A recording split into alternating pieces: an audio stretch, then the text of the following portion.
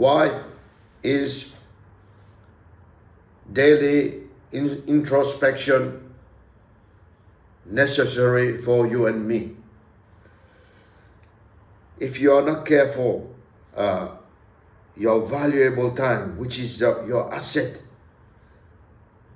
entrusted to you by Allah the Almighty throughout this life, will be squandered, and in the end you find all has been used in useless things. All your time has been used wrongly. But introspection daily will help you orient yourself on your path to the Akhirah. I've come up with this topic about using time effectively, because what will happen one day you find yourself facing the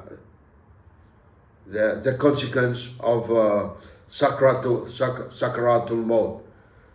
But Alhamdulillah, Allah subhanahu wa ta'ala, as a Muslim, keep reminding us in the Quran, فَذَكِّرْ إِنَّ ذِكْرَ تَنْفَعُ الْمُؤْمِنِينَ.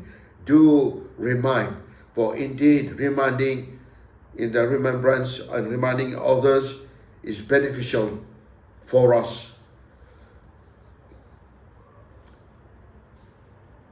Regarding this topic, I want to bring two persons into this, inshallah.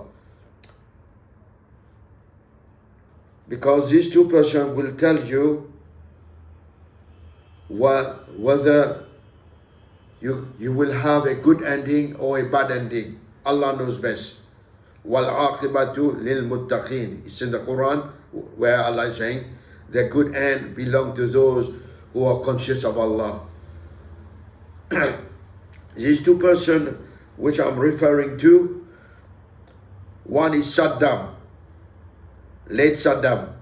We all know Saddam Hussein, and his name has remained Saddam. When you mention Saddam, people know only one of them, which is Saddam Hussein. And then there is the other person, MBS. MBS, you know who he is. And he's the one who's trying to have a vision. Look at his vision, 2030 vision. Subhanallah. This is one who has got no compassion for his fellow Muslim who are dying, also being starved and surrounded in the small strip of Gaza. But Alhamdulillah, let me go back to Saddam, because my intention here is to make you focus on all your plans in this dunya. Make them the plans linked to your ultimate plan, the Akhirah. Saddam, eventually they captured him and they put him in jail. But throughout his life, he had compassion for his brethren, the people of Palestine. His means, he was using it to stop the oppressors who tried to use him to face their enemies, which is Iran. Because Iran is a nation who tried to stand on its own feet.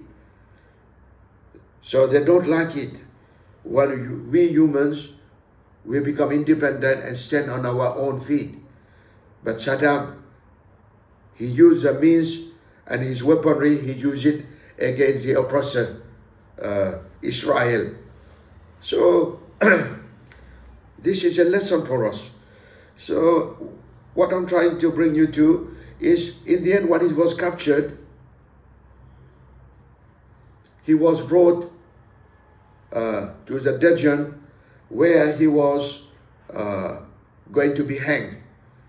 when they took him down into that basement to hang him, you can look for it on YouTube, Saddam death. But Saddam, I'm not saying he was not a ruthless man. He was a ruthless man. But you don't know what deed he has done that Allah gave him such a good ending. What good things. This is what we need. We need to have, ask Allah to guide us towards deeds that will benefit us in this dunya, in akhirah. But subhanallah, when he was there, they put him and they put the noose around his neck, and he was talking to them, to the people, telling them that you are the tools of the one, you are the tools of the people who are doing this, using you to do this to me. But alhamdulillah, he kept his cool. He kept talking to them, those people who were trying to hang him.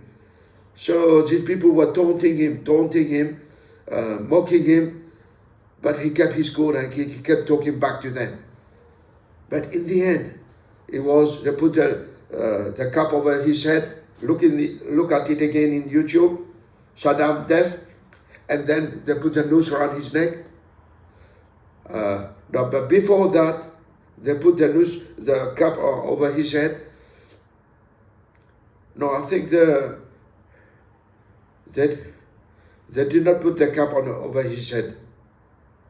I'll go through it again. But before they let go the trap underneath, the flap underneath, so that he'll hang on the rope, he managed to recite the kalima, Ashhadu an la ilaha illallah. And his intention, and as soon as he recited the Ashhadu an la ilaha illallah, and then he was cut and the flap opened and he was hanged. But alhamdulillah, the intention is very good. He managed to recite the kalima, alhamdulillah, Ashhadu an la ilaha illallah, and then the flap opened and he was hanged, swinging on the rope. But this is a beautiful ending. Who don't want to end his life reciting the kalima? This is the beautiful wal aqibatu lil muttaqin. Now let's shift onto the other one, MBS. He has a vision 2030. Look what he's doing. He's a dutiful dog, listening to those who put him there to fulfill their agenda. Not the agenda, his agenda or his people's agenda. No, the agenda of the oppressors who are living in the West. That's what he's there for. MBS. Look at that. Two comparison. Why? Because he wants to fulfill their wish and their desire. All these million and billion are not serving him, but they are serving, serving his people. They are there to serve his intention to secure his throne. Who he wants to secure his throne? He wants the oppressor to secure his throne. Subhanallah. You know very well what will be the end of one who seeks security or power or kingdom other than Allah.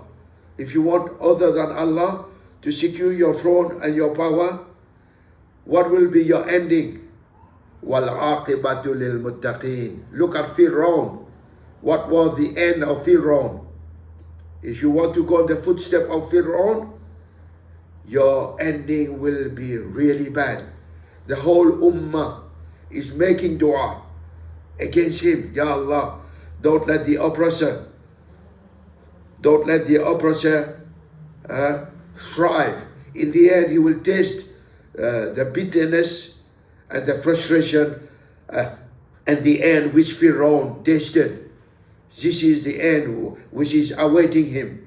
I leave you with these brothers, that daily introspection for you and for me is very important, so that in the end we will have a good ending, inshallah.